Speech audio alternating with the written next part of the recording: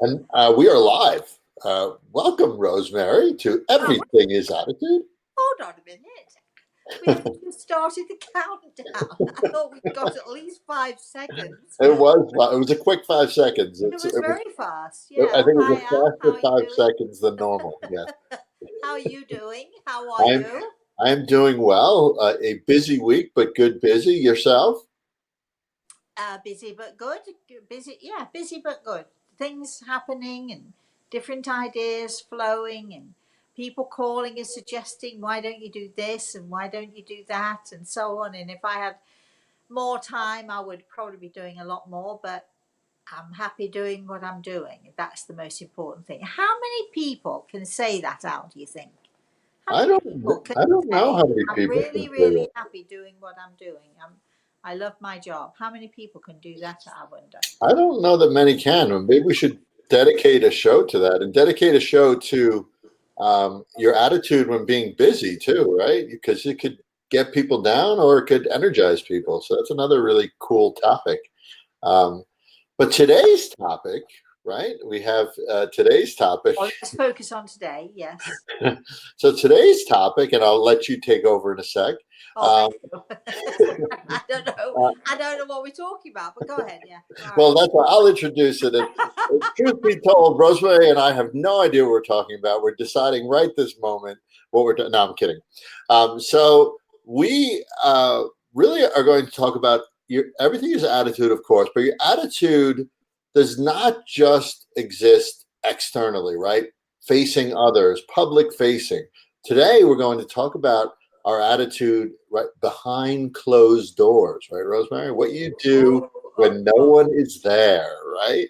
Oh my gosh. Yes. Yes. Because truthfully, I think, I mean, it's only human, isn't it? We go out and we put on a face and we smile as much as we can, even if we're having a rotten day. We try to put on a good face for people, and we try to show people the best side of us, right? Hmm.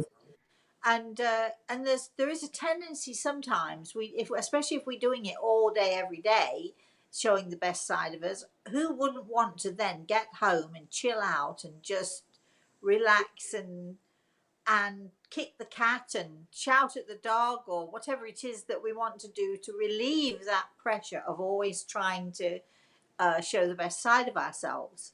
um, so I mean, I don't ever come home and kick the dog. Uh, Not even if he's had a little accident, which never really happens except when he's sick.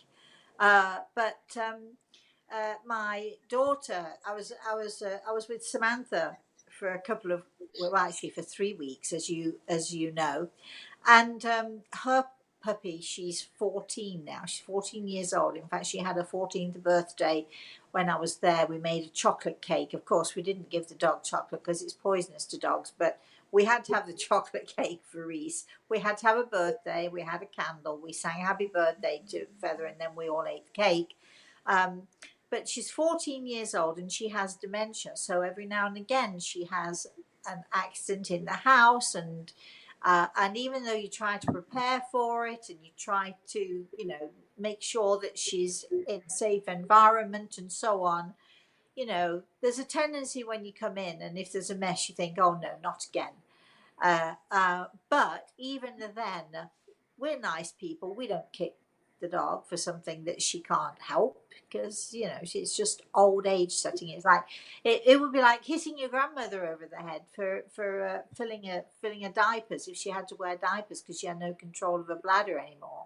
So, but aside from kicking the dog and or the cat or what have you, people are different, I think. It's a human thing. People are different when they think no one's looking. I had I'm going back a few years. Uh, I had a friend who and the two of us went to see another friend, and we were going to go off on a trip, and we were supposed to be going off on the trip in this other friend's car. So my friend and I were standing by the car waiting for this other girl to come out of the house. And the friend next to me, she was looking in the car, and she was saying how disgusting it was and what a mess it was, and she was being quite mean about the state of this girl's car. Now, the truth of the matter is, it was a bit of a mess, but no need to be mean about it. You can say, oh, needs a bit of a cleaner, but no need to go on and be mean about the person and so on. So I actually turned to this friend of mine and I said, hey, yes, the car's a mess, but let's not be mean about it. And she turned to me and she said, well, nobody can hear me, nobody's listening. So that was her attitude. Her attitude is, as long as she's not caught out, it's okay to be mean. I know differently, though, because I know that there are people who are listening. There are people in the spirit world who are listening. And I have a story to tell in a few minutes, but Rosemary, what if people in the spirit world are not listening? How does it affect, like, if you take that part out of it? And I know they are listening in the spirit world, but even if you take that part out of it and someone you mean gets let's pretend nobody can see? so could it or does it affect people anyway, even if nobody's listening? How does it affect people by having that poor attitude behind closed doors? Or is your example being mean about the car being a mess? Like, how does that affect people overall, even if no one is listening, or you take that out of it? Well, as you know, we've been talking this week quite a lot about energy. My in our online course, a particular class that we had yesterday, I gave them an exercise all to do with the aura, the energy field that surrounds us all, and I talked about how we can. I call it painting the aura. How we can paint the aura using our mind, using mind energy, using our attitude. Last month's lesson with this group of students was about negativity, uh, using words, using thoughts, and those words and thoughts often turn into deeds about negative thoughts and negative attitudes and positive thoughts and positive attitudes. And everything is about energy, excuse me. It's all about energy, and it's all about how um, we can get stuck in this negative way sometimes. And again, it's we're only human, we can't be angels all the time, we can't be positive all the time. But when we are negative, or when we're being mean, or when we're saying things that are not so nice, or even sometimes quite cruel, um you're creating this energy around you. And as we know, the aura extends several feet beyond the skin surface.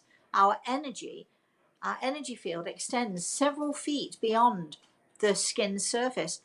Consequently, if your energy is negative or dark, or if your energy is displaying this awful negativity that a lot of people have, you're not only affecting you and causing that negativity to come off of you, you're also, as I like to say, you're infecting other people with your energy. And I think a lot of us have had the experience of, you were feeling great, you had a great day, you woke up in the morning, everything's going fine. And then you get a visitor, a friend comes to visit, and she's down, she's unhappy, she's miserable, or what have you. And you sit with her, and when she leaves, when the friend leaves, you're feeling down, you're feeling negative, because she, with her negativity, which is obviously at that, in those moments, stronger than your positive attitude, your positive energy, um, you've been infected with her negativity, and it brings you down. So it affects us tremendously. It's if we are producing negative thoughts, negative attitudes follow.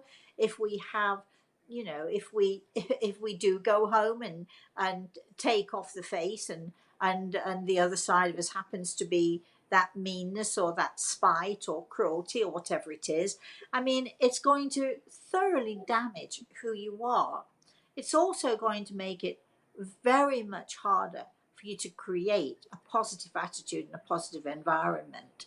So So, everything is Rosemary, so it affects those around you for sure, but you're saying it affects you too, and I agree with that as well. Because what happens is you do something negative, and if your aura is beautiful and spread out, in essence, you do something negative, it kind of, if you'd imagine it shriveling up well, and it not doesn't. being so It potent. actually no. It So actually. I'm just saying, I know it doesn't, but I'm just saying, in effect, the brightness gets dimmer Well, because you're doing well, that, right? actually, what happens is the negativity.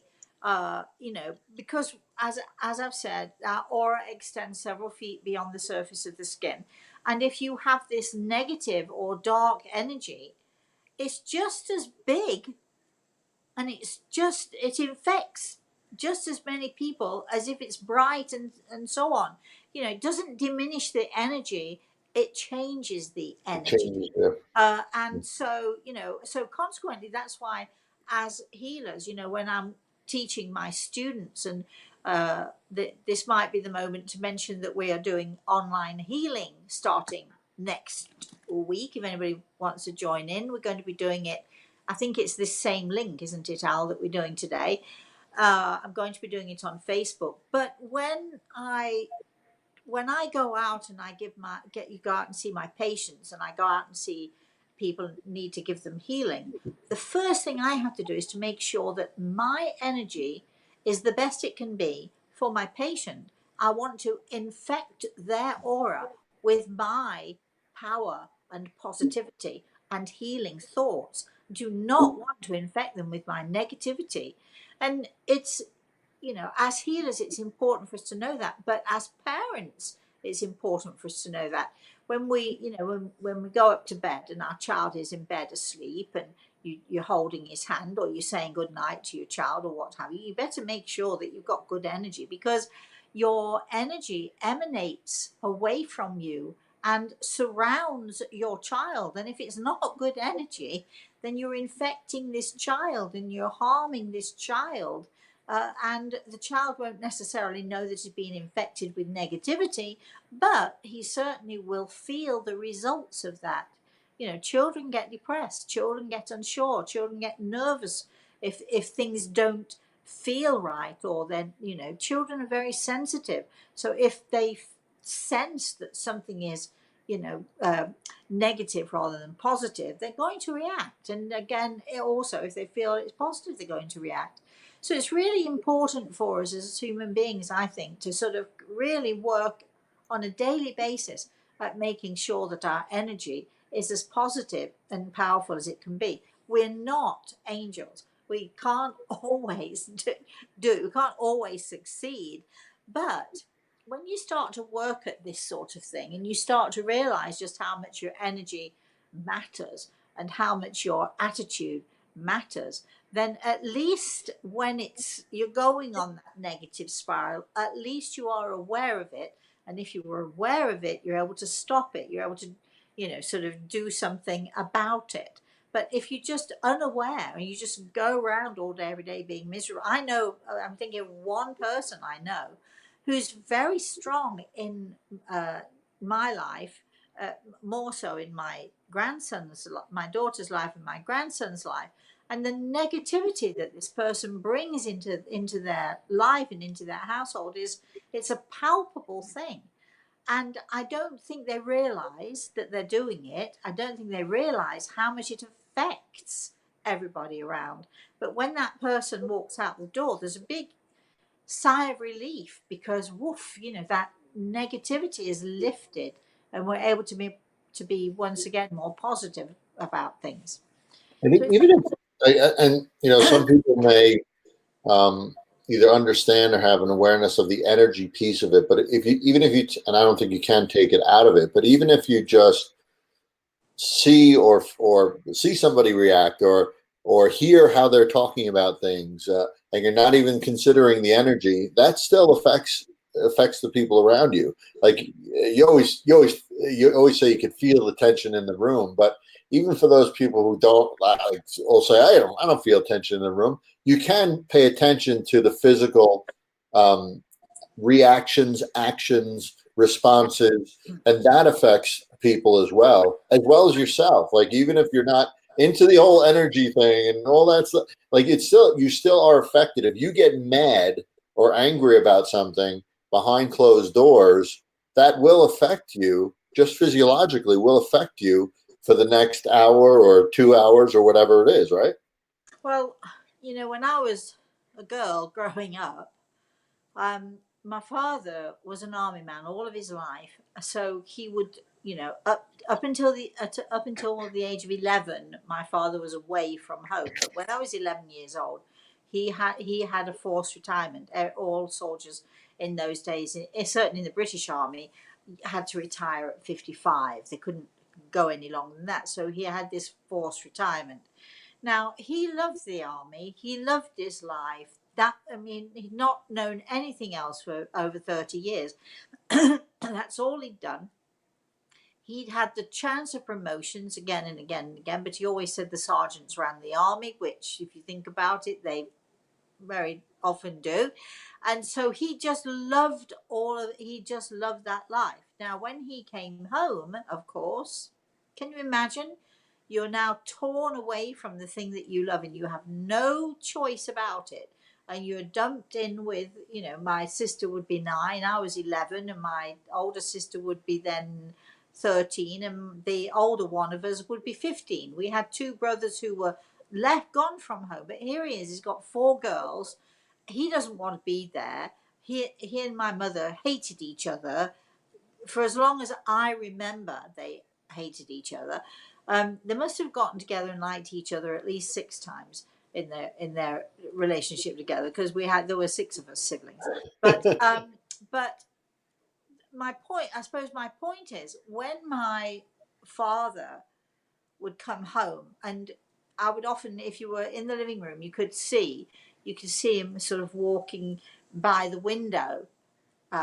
He'd walk down the street, but you'd see him walking by the window, and literally, your stomach would go into knots, because you never knew whether he would be in a good mood or in a bad mood.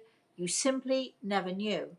And so it was that, you've talked about the physical responses, and, people have these physical responses, whether you want to or whether you don't. It's not something that you decide on. It's something that just is, and your physical response to negativity with all of us. I mean, people, their shoulders will tense if the couple starts to argue in front of you. Your shoulders might tense, or you might tense up a little bit. You have those physical reactions, but those physical reactions are an expression of what is going on inside of you, the turmoil that is going on inside of you. And the aura, if you're a person who sees auras as I do, that tension, that darkness, that negativity will immediately show in the aura. It will immediately show. So it's very, very important, not to dismiss the physical telltale signs, but to also to sort of correlate the physical with what is, with the metaphysical, so to Mhm. speak, because even though we can't see the energy, thanks to Semyon and Curlian, Semyon and Valentino Curlian, who created the Curlian camera, we now can photograph. For many years now, we've been able to photograph auras. We've been able to photograph. Every living thing has an aura. Every living thing has an energy field. And for instance, if a tree is dying, you will see it in its aura, because it's a living thing. And as it's dying, you will see the aura diminish, the light of the aura and the energy. It would just diminish. As we, as human beings, are dying, you will see that aura, that energy field will change. You're looking at a completely different aura then, because you're looking at the aura of the soul rather than the aura of the physical. So, it's important, back to everything is attitude. It's important to acknowledge that these things are happening. It's important to acknowledge that we do have an energy field. It is important to acknowledge that the energy field that we have is a mirror to what is going on inside of us. And it's also, I think, once you've acknowledged that all of those things are possible, it's also important for people like me to say, and you can do something about this, and you can control what's going on, and you can change what's going on. And if you have an attitude of, I want to change, or wow, how do you do that then? Can somebody teach me how to do that? If you have an attitude of wanting to follow through with that, you stand a much, much better chance of your attitude improving, your health improving, and your happiness improving. And I think too, with the attitude behind closed doors, I think people have like a threshold or a line or a scenario that they think is okay too. I know for myself, my bad one is with the dog. Like my lab will go up on things and grab packages of food and eat everything in sight, and I get upset with the dog. But as we're talking about this, and even after I get really angry with the dog, I realize that I shouldn't get angry with the dog. But I'm allowing that. I'm basically saying my attitude with this is going to be poor. I have a poor attitude with this.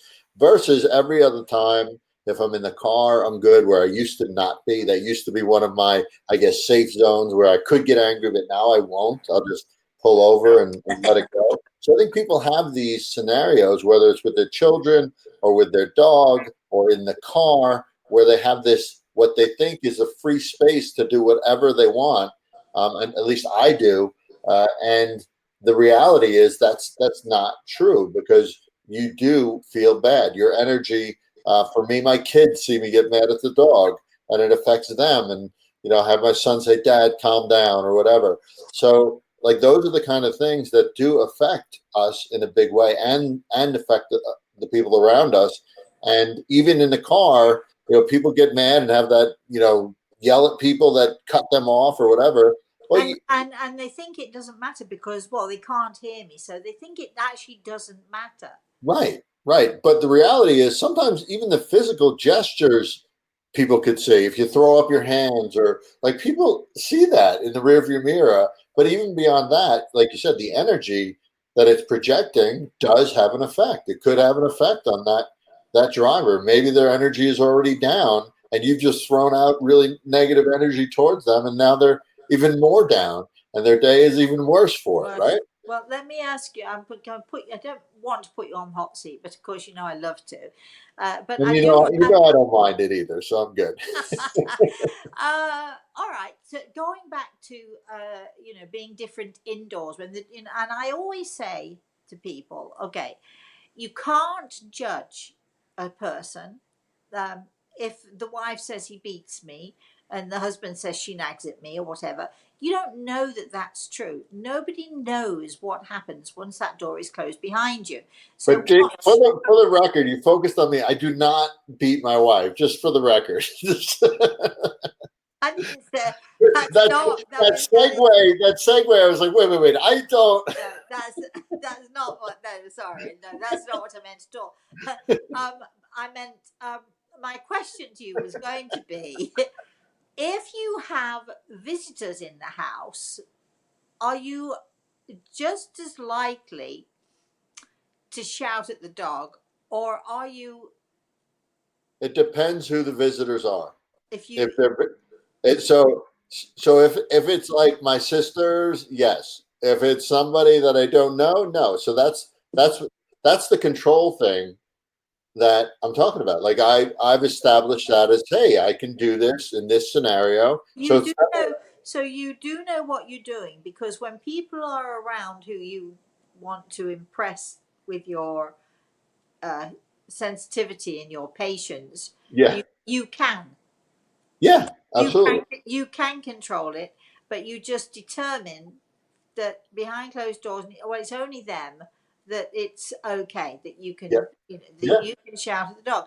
And I'm not but but don't mean to put you on the hot seat, because quite frankly, aren't most of us the same? We are, most of us, in the same, in the, do this we do the same thing. I'm sure that I uh, snap at my daughter sometimes, uh, behind closed doors. It's not that I would deliberately not do it if somebody else were around.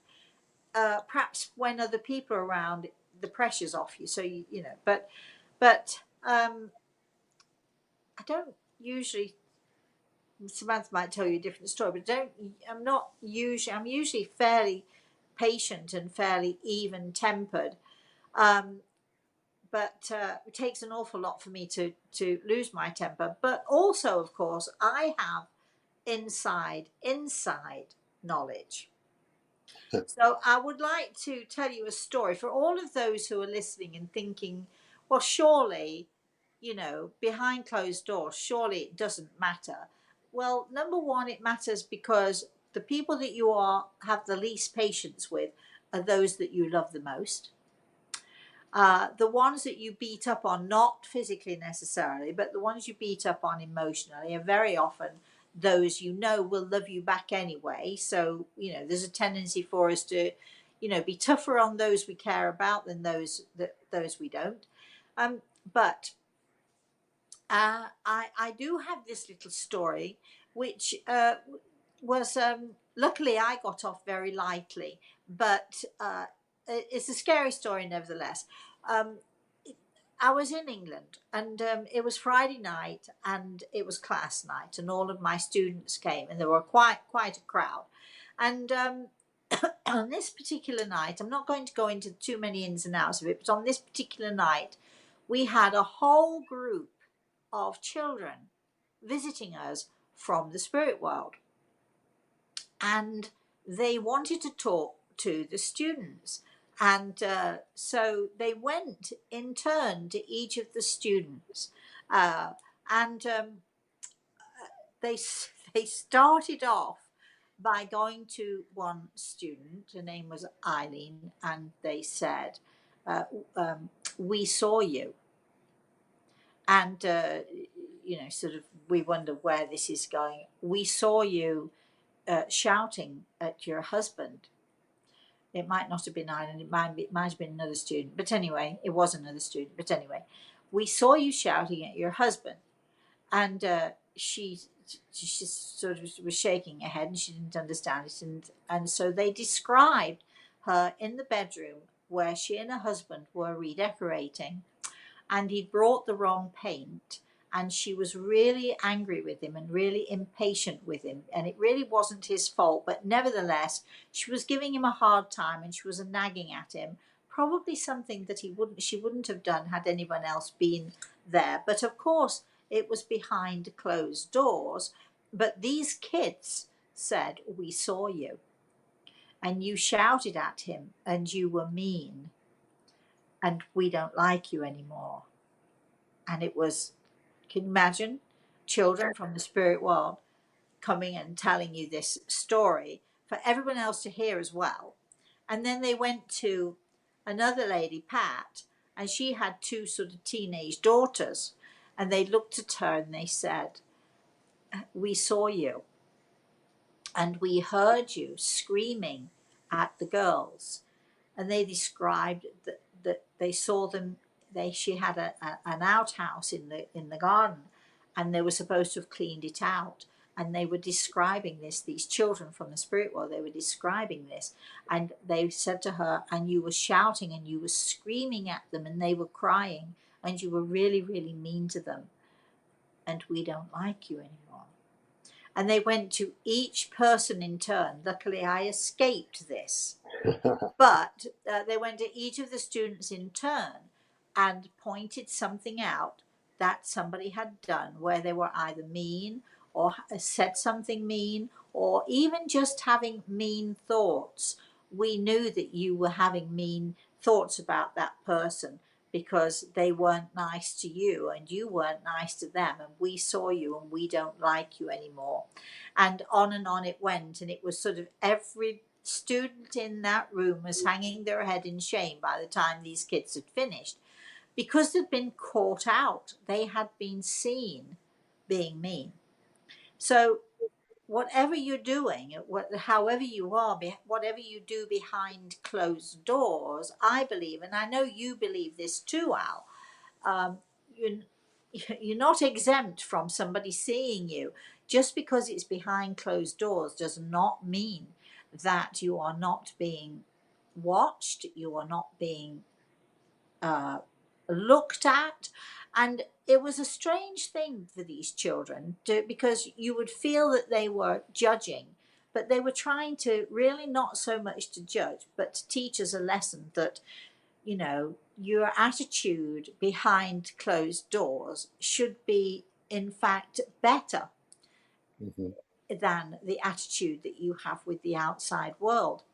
And it reminds me of the Apache saying that Gregor tells me all the time. Um, because as we know, the Apache were a warrior nation, and they would go and they would raid, as did all of the Native American cultures. Most of the Native American cultures would go and they would raid, and they would steal horses from each other, and often they would do much worse things and so on. And the Apache were a very fierce and quite a warrior nation. So they, you know, they thought not so much about going and raiding other people's property or their enemy's property or so on, but they had this saying and they stuck to it, they kept to it, and it was very important to them.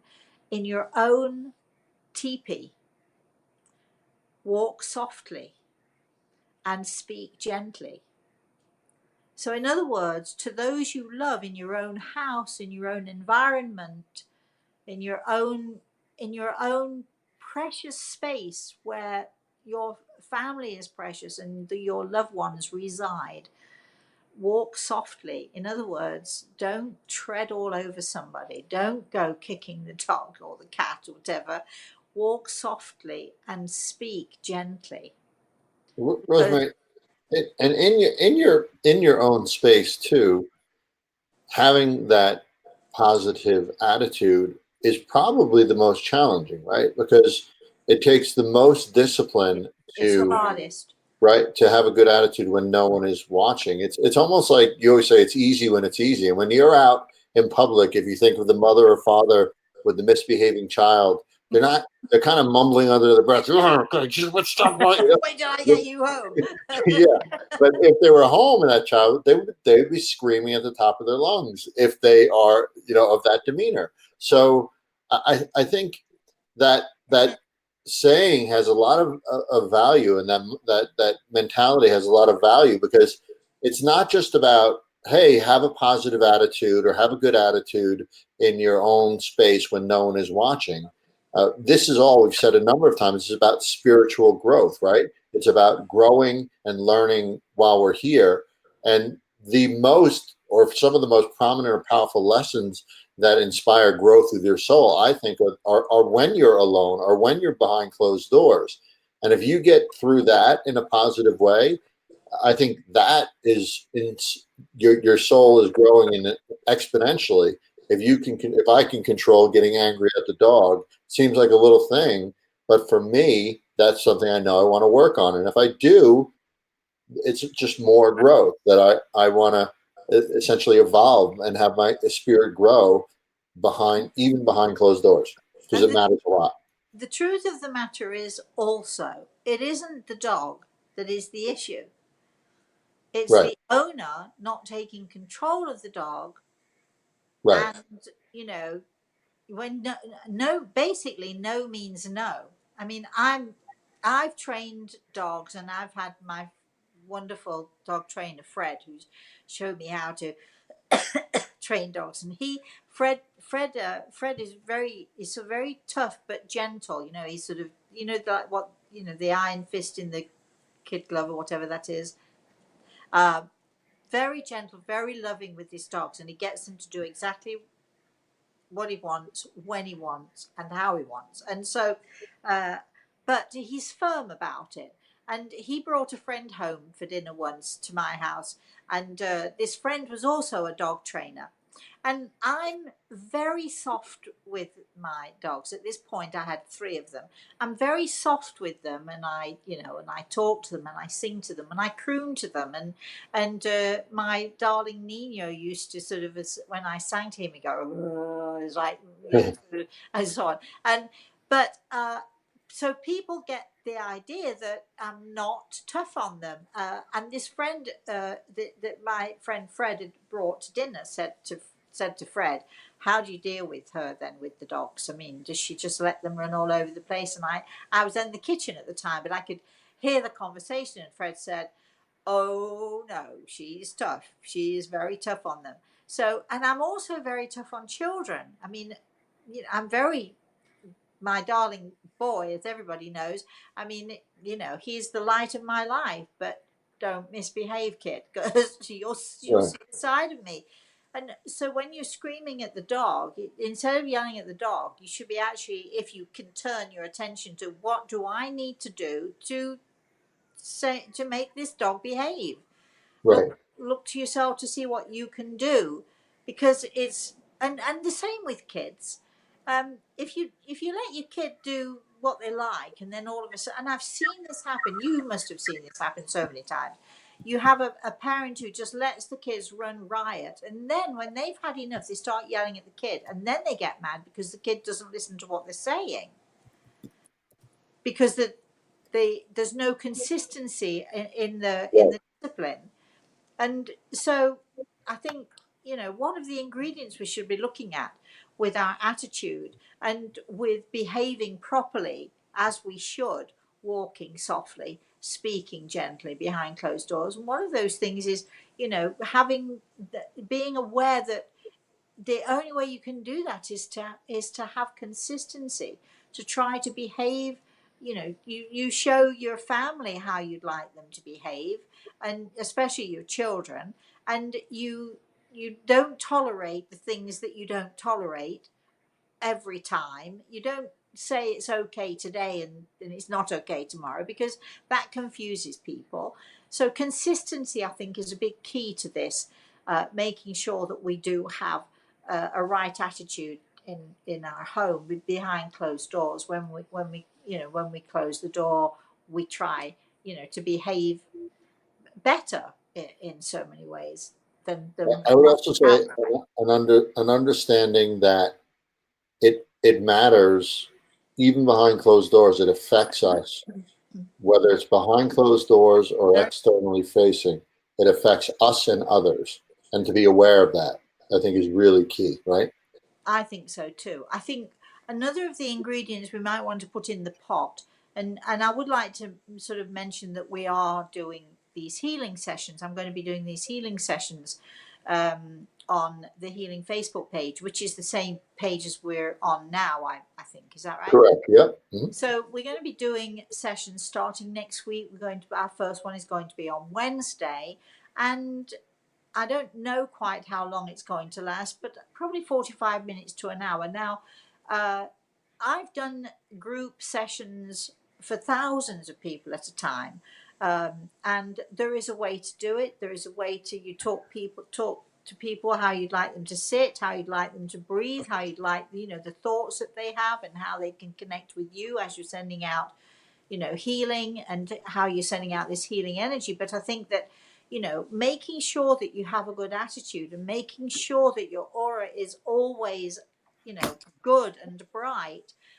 Healing is, or having healing, or relaxation, or massage, or in whatever way or just simply walking in the woods or sitting on the beach, finding a place of healing, not necessarily spiritual healing, but finding a place where you can relax and where you can give yourself healing, when you can take a breath and you can take a moment, so that, and I think that's so important for us. And it's so important for us to maintain that attitude of positivity, because we do need to feed ourselves, and we need to feed our own soul. We need to give more to ourselves.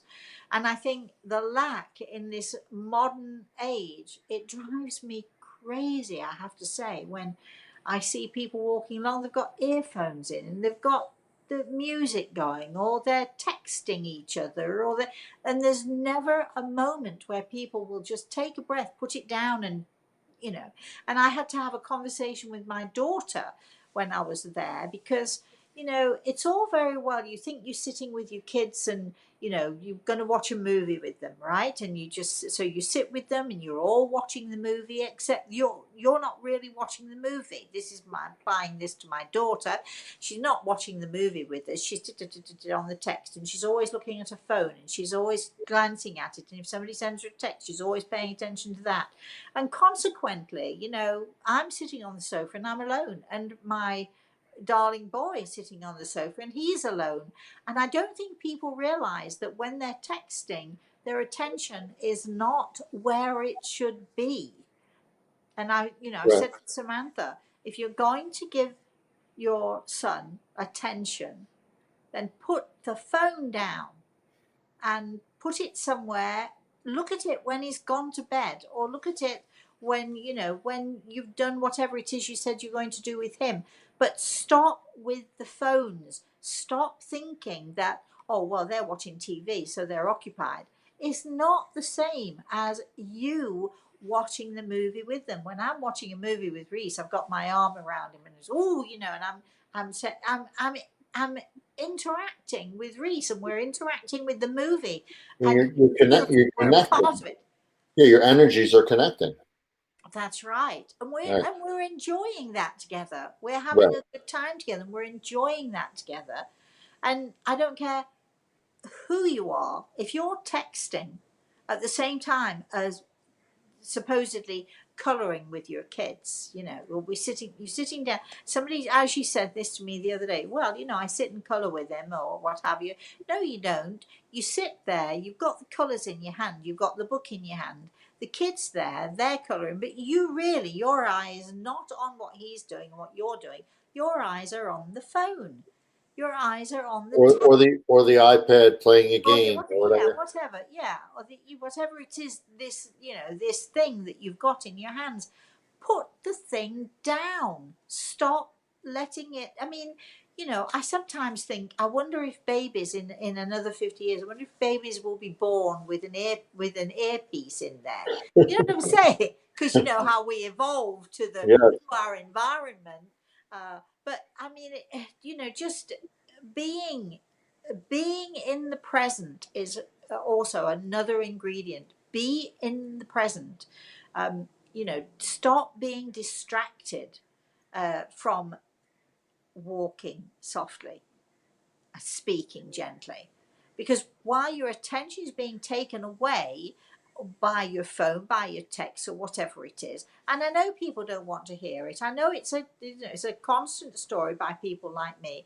You don't want to hear me say, "For goodness sake, get off the phone." And people say, "Well, but I'm here." But actually, you're not. You might be physically in the room, but you're not present in the room. Right. And consequently, if you're not present, you're not aware of your kids' facial expressions, you're not aware of the energy, you're not aware of the loneliness they sometimes feel because you are not present. So, I think, And even present in the moment, like we're talking about, like the whole behind closed doors piece too, Rosemary. Like if you're not present in the moment, and you're saying too, like you could be distracted, you could have the phone. I mean, that makes you, I think, more prone to have a poor attitude too, because you're not aware of what's going on. You're not thinking. you have no awareness of what's going on Right. around, because your only awareness is in that phone. Right. Or like even if it's not the phone you're focused on something else. Yeah. Well, if I were to stop and say, which I did afterwards, I left this bag of hamburger rolls on the counter. I know that my Labrador is going to go up on the counter and eat them. It was my mistake that I left them up there. Right. So I But you really, get mad with them anyway. right. I got mad with him, but really, I should be upset with myself, which I was later.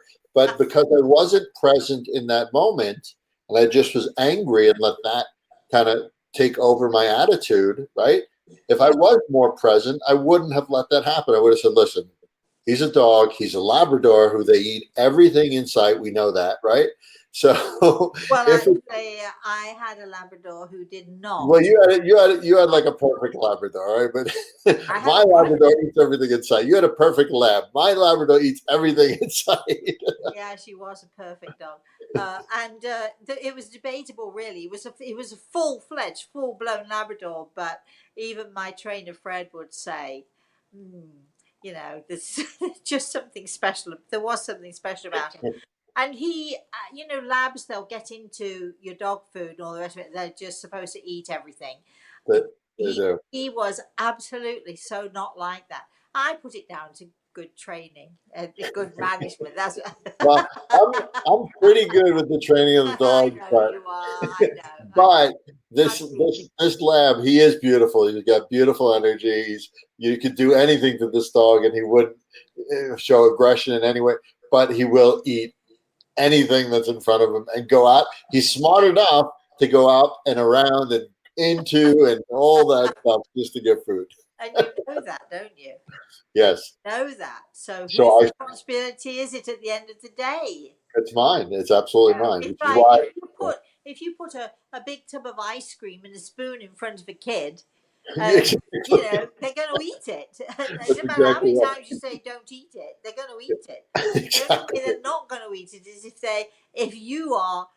If they're more afraid of you than they are being afraid of getting sick and throwing up on the ice cream, and usually the ice cream wins out. So, Yes, you know, exactly. you Limited willpower, right? So yes. But again, coming back to this thing, excuse me, behind closed doors, and and I do see why it happens with people, and there are, you know, there are some horrible tales of, you know, men who beat their wives, but they're careful never to beat them where the bruises will be, you know, be noticeable. You get, you know, prominent people going out into the world who are come home and they're cruel to their kids. I'm trying to think, who was it? Was it Joan Crawford? I think was the wicked mother to her. She had two adopted children. She was dreadfully wicked to those kids. They've written, but on screen and out in the world, everybody thought she was wonderful and beautiful and so on. So there is a temptation to be different when you are behind closed doors, because we do tend to think that nobody can see, so therefore why does it matter? So what we're saying is, well, it actually matters because it affects your energy, it affects your attitude, and for my part, the truth of the matter is there's always someone watching anyway. That's not the reason, I don't think, why you should be a good person, a nice person behind closed doors as well as outside. You should be that because you want to be that. But I have to be honest and tell you that when I first realized years ago just how much the spirit world could see, first of all, I started using bubble bath in my bath water, because not that they still, you know, still see, but it just made me feel better. And that's a true story. People laugh when I say it, but it's a true story. And but also I became sort of hypersensitive to every thought and every action. But I might be, for instance, cleaning out the kitchen cupboards, and I might be thinking about a person who I don't like very much, and I'd have this sort of mean thought, and I would instantly stop myself because I knew then instinctively somebody'd heard me. That is not the reason to stop because somebody's caught you out or you've been caught out being naughty. But you do realize, I think, as you go along, once you realize that, you know, that you are, that, you know, it's a bit like Big Brother watching, isn't it? It's not that like that at all. Nobody's sitting in judgment on any of us, but I think it is important to pay attention to your thoughts, because thoughts are living things. They are that energy that goes out into the universe, and they are those things, and that energy comes back and hits you tenfold. So make sure if you're going to send out thoughts that they're positive, they're good thoughts, they're positive thoughts, whether you're behind closed doors or not. yeah, and we were talking before about you know, sort of letting yourself go behind closed doors. And for me, you know, I go back to getting angry with the dog when the reality was it was my fault to begin with. I think with that awareness, being present in the moment, it's also, you've talked to me about this a lot, getting to the root, like stopping and saying, why am I getting angry? Did I have a bad day? That's why I'm getting angry. Don't take it out on the kids. Don't take it out on the dog because I left the hamburger buns on the counter. Like those are the kind of things I think, as far as sort of practice or strategies to get around that, getting to the root would be helpful for myself, just to stop, take a breath, be present in the moment, and say, all right, why am I so frustrated? What is the What's the real real issue? exactly? What's What the real reason? what is the real issue? Yes, But Al, I do think that you have to be brave to do right, that, because the real issue usually is that you're responsible. And there are those people in the world who would never ever blame themselves for anything. It's always going to be somebody else's fault. right. But Vulnerable too, right, Rosemary? Brave and vulnerable. it makes you, yeah, yes, it makes you very vulnerable when you realize that your bad behavior has nothing to do with anybody else and anybody else's actions. You can say, well, that guy pulled in front of me and almost caused a crash, so that's why I'm angry. And yes, you have a point, but there are various emotions that you could have had. Why do you go immediately to anger? Take a look at, are you generally an angry person, or are you, what kind of, what, what is the root issue that causes you to behave the way that you do? And it's so easy to say, well, if she hadn't done that, I wouldn't have done this. And I always smile at those people. And my daughter sometimes does this, not always, but she sometimes, it's you know I'm sorry, I'm sorry, I shouldn't have done whatever it is, or I shouldn't have shouted at you, whatever, but you did that to me. Well, you did that to me. Oh, the butt, Or the butt is not good. The butt is taking blame off of yourself. that's right. But I so grew up with the butt. I grew up yeah, with butt. yeah. So it sort of negates the apology. Um, you It know, doesn't. It doesn't. Sort of. It completely negates the apology. it negates the apology. And I don't want to tell tales out of school, but somebody very close to me forgot my birthday this year. They didn't actually forget it on the day, but I didn't have any cards or gifts or anything.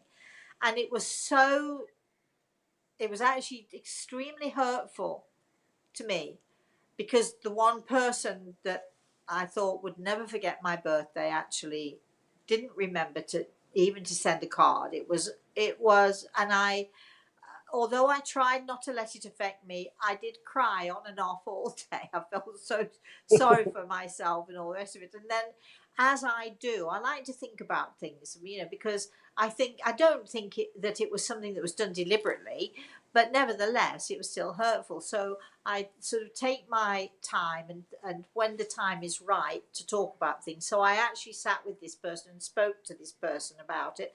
And I said, I just need you to know uh, that I was extremely hurt by this. And the answer came back, well, I'm really sorry, but you've forgotten my birthday in the past, which is actually so not true, actually, so not true. But nevertheless, it's sort of, again, it's, I'm really sorry, but you did it to me.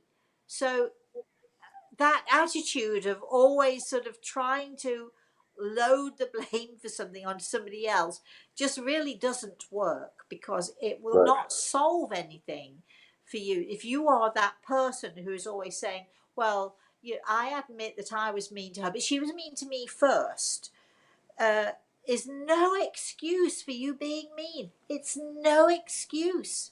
It's, it just I think you've actually, we've come up with, I think, three now topics for the show, and really. and rationalizing a bad attitude is something that a lot of people do. They deflect and rationalize a bad attitude, and like you mentioned, in a few scenarios, like, hey, this guy cut me off. He deserves me yelling at him or giving him, a nasty gesture or whatever it might be.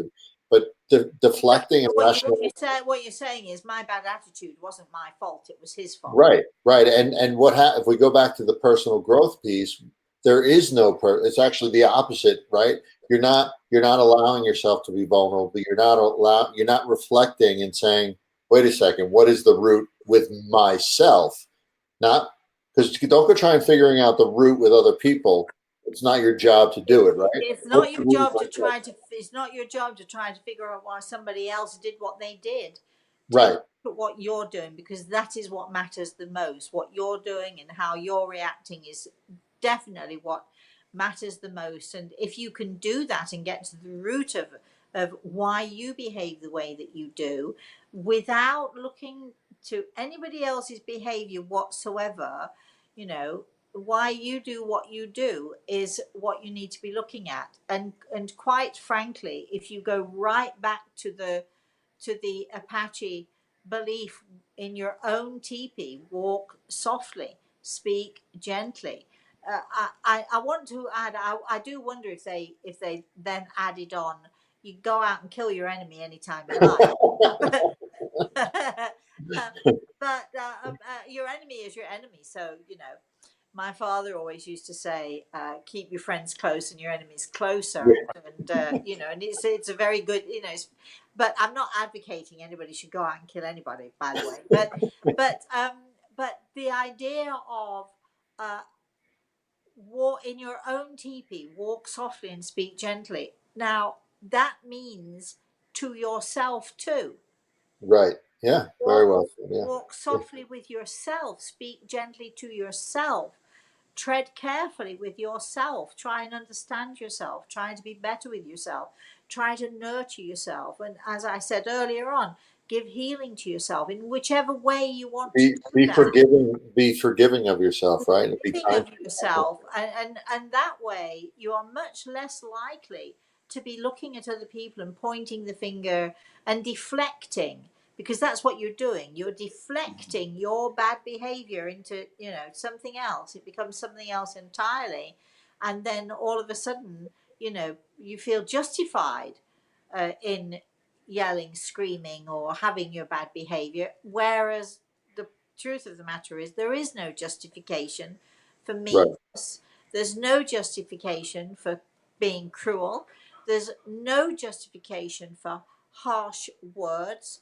And especially when we're looking at our children and our loved ones, there is no justification for cruelty or meanness in any regard. I think, I get a bit hung up really because there are two things that I will not, cannot, and have never been able to, for as long as I've been an adult and probably before then, the two things that I cannot tolerate, in certainly in myself and also in others, is the first is injustice and the second is meanness.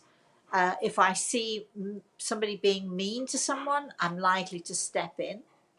I don't like it. I'm likely to say something. And if I see injustice done, uh, I'll be the one holding the banner, helping you to find the justice that you rightly should have. So, So, Rosemary, we're close to time, and I am up against it. As you know, I have to go teach. Um, so do have a couple of comments. We have Jeff is actually on with us, and I uh, know he says, as folks say, what goes around comes around. Yes, absolutely right. new grandpuppy. He also says, thank you for this topic.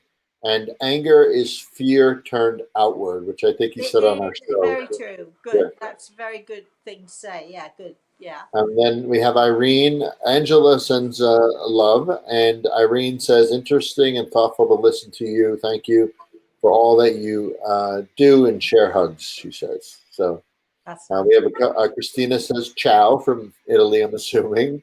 Ciao. Maggie is wondering. Yes, it is earlier today. We're trying to go with 4 p.m. Eastern, correct, Rosemary? Moving East forward, Standard sure. Time, Yeah, because you teach, you've got something else yeah, going on. Yeah, it's yes, our exactly. fault, everyone. It Just is. It so is. say, uh, we trying to fit so much in. So let's sort of wind it up then and say, sort of consistency, gentleness, fairness. I think they're the ingredients we should put in the bowl today for our, for the recipe for our, sort of finding a right attitude behind closed doors. Being present in the Being moment, right? being present is very important. Being present in the moment. I'm not suggesting everybody should throw their cell phones away. I'm suggesting put them down while you're dealing with your children. Put them down when you're having conversations with your family. Just put them to one side. Honestly, whatever's on there, it will wait. Right. So, all right. So thank you all for watching. Al, thank you for being once again a great co-host. We shall be back.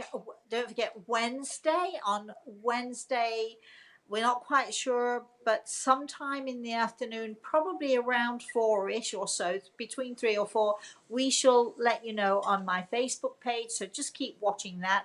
And we are going to be doing a communal hands around the world healing session. So everybody's invited, no charge. It's all free. I've never ever charged for healing. So I'm going to be giving healing, sending out healing. If you happen to be on our healing list, please feel free to join in. All of you feel free to join in.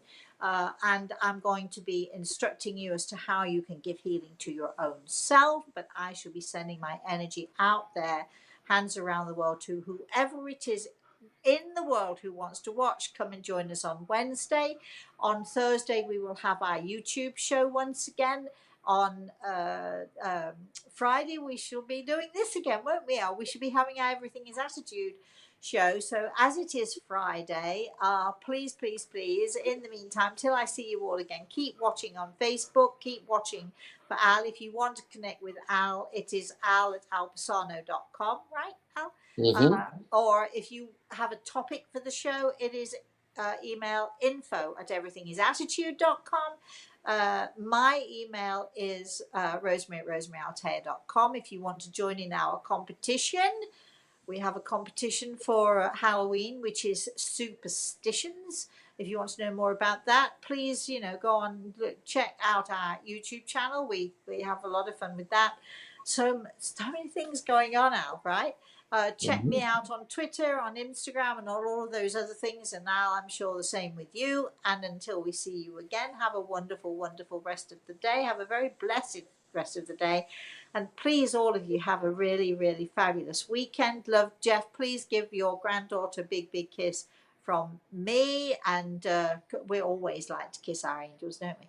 And that's it. So Al, once again, thank you for being a great show host, and we'll see you all again next week. Bye.